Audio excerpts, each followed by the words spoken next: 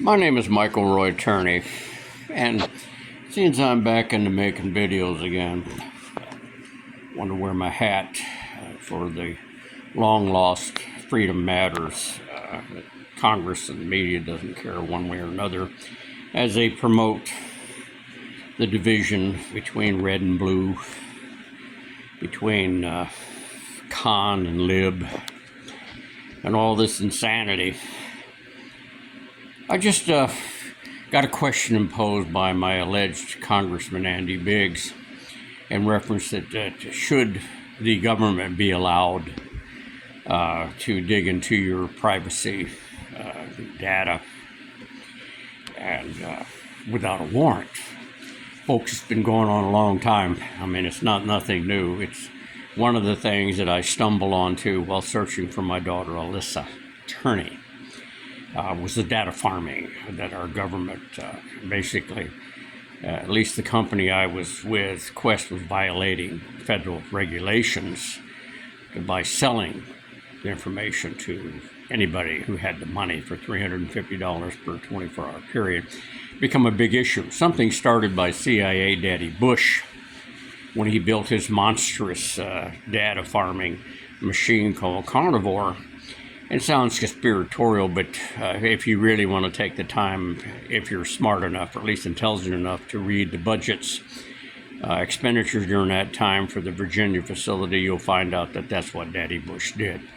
And they consistently monitor us at all times, either through any number of programs, and they're going to continue to do that whether we like it or not.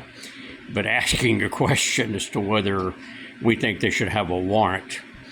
The government has always operated for a long time. The Department of Justice is nothing more than a puppet for the puppet masters, depending on whether the cons, the libs, the blues, or the reds get into power to use against adversaries or whatever, spy on Americans, whatever, to remove that democratic republic form of government that we're supposed to have, so we can just have basically the oligarchy, authoritarian kind of government we have now, to where campaign finance money determines which direction the country goes and how many lives or health is forfeited for profit by corporate America.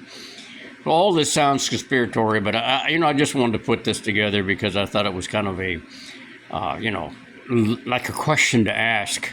Well, maybe Americans are willing to give up all of our rights because our government's going to guarantee us safety and security.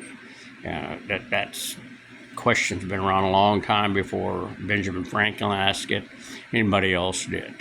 Do citizens want to give up individual rights to be left alone, which our Bill of Rights basically was structured for that, and freedom? And that's a whispering myth now. It's gone. Washington, D.C. made sure of that. And it's one of the reasons we have the largest prison population and more convicted felons than any two first-run countries, including a president. And I'm a member of that club right now, railroaded into federal prison for more than double the sentence by Susan Bolton. When the prosecutor told me, well, if you don't accept this 46 to 57, which is what calls for the crime you committed, we're going to arrest everybody in that house. Well, I'm a parent, so I instinctively went to protect my children, even though my youngest daughter has turned to be one of my worst adversaries to promote all these lies about me, which wound up with a 300,000 signature petition on TikTok, which is okay by Washington, D.C., because they take bribes from them, to that be the only evidence to throw me in jail and torture me for 3 years in Maricopa County Maricopa County Jail, which violates everything it's set forth by the Geneva Convention or any kind of Judeo-Christian values. But it seems so strange that media can actually create a monster when one doesn't exist, and TikTok can do these kind of things, and there's no one that cares that such defaming crap that comes out from that can get someone thrown in jail when there's no evidence. There never was any evidence. But that doesn't matter, because now we let social media tell us how and what to think. While What a change from when I was a kid. I'm glad I don't have that much longer to live. And with this last situation involving our females who are, I guess, hardwired for soap operas, I don't know.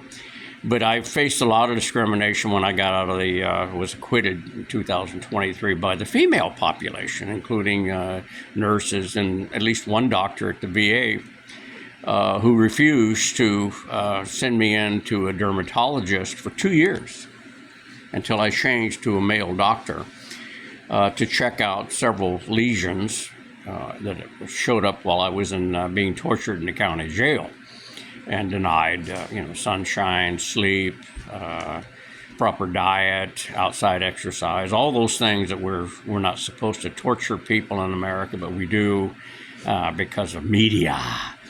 And regardless, finally, after battling with them and changing primaries, they did do a biopsy, which just turned out to be cancerous.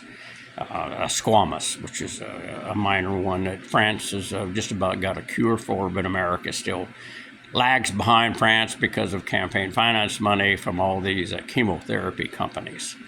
So regardless, it's all wrapped up in what would be moral compass issues.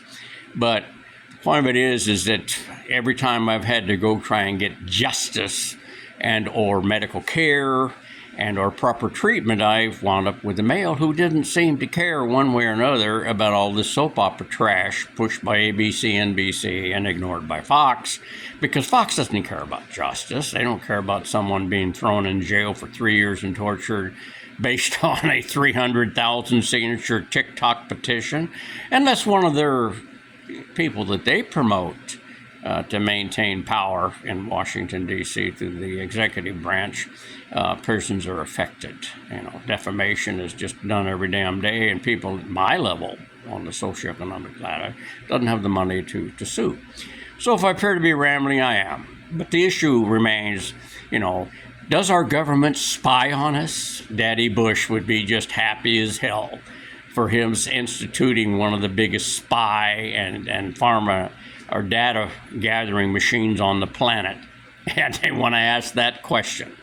See, because in law enforcement, for those of us, and even with my minor 4 years, we learn real quick that if you find out something illegally violating the Constitution about a wrongdoing, you can find other ways to get additional evidence based on that information you got illegally or unconstitutionally, and then you go ahead and pursue it. That's the way the Department of Justice and the FBI has been operating for many, many, many decades, long before I was turned into a criminal and told if I didn't accept a 46 to 57 plea agreement that they would arrest everybody in the family. But see, that's okay. That's standard operating procedures by the Department of Justice, and there's nothing wrong with that. Ask Susan R. Bolton. She'll tell you that every day, because she's one of the most progressive, anti-constitutional federal judges in the state of Arizona, and remains that way, and though she tries to appear that way. She's got the power on the bench, and it's a lifetime appointment. And Congress is not about to start impeaching judges. It's not going to happen, not federal district judges, which begs that simple question. Why are federal district judges appointed for life and not scrutinized by the people that they oversee? Wow, seems a little bit unconstitutional and anti-American, doesn't it? Anyway, good luck to you. Just another one of those rambling posts that I put out, but it's just such a hypocritical question to ask, making me question whether they're sincere and or they're just that damn dumb in Washington that they don't see that the Department of Justice continues to operate outside the Constitution, and will as long as we allow the division between red and blue and lib and con to continue on 24/7, 365 days a year. And by the way, I sat there all those years. Not one congressional person showed up to ask me, are you being treated fairly? No, because that's supposed to be when we're presumed innocent or proven guilty. Doesn't happen in Arizona anyway. I'm not really sure about the rest of the states. I know that my case is gender divided, and the males all said, look, give me evidence or I'm not going to put this guy in jail. And all the females said, to hell with that crap. so and so said such and such, and therefore such and such must have said this, and therefore his family doesn't like him, therefore he must be guilty of something. That's not the way you're supposed to do rational judgments, folks. It doesn't work that way, or it shouldn't anyway. And why maybe the female's just not quite ready, evolved enough to be handling then crucial jobs like federal judges or attorneys that's going to prosecute people based on rumors, innuendos, and lies by two Phoenix cops, well known for Miranda and the largest list of Brady violations officers. I mean, that's not the way you want to run a first-run country that's supposed to be based on Democratic Republic and Judeo-Christian values. Good luck to you.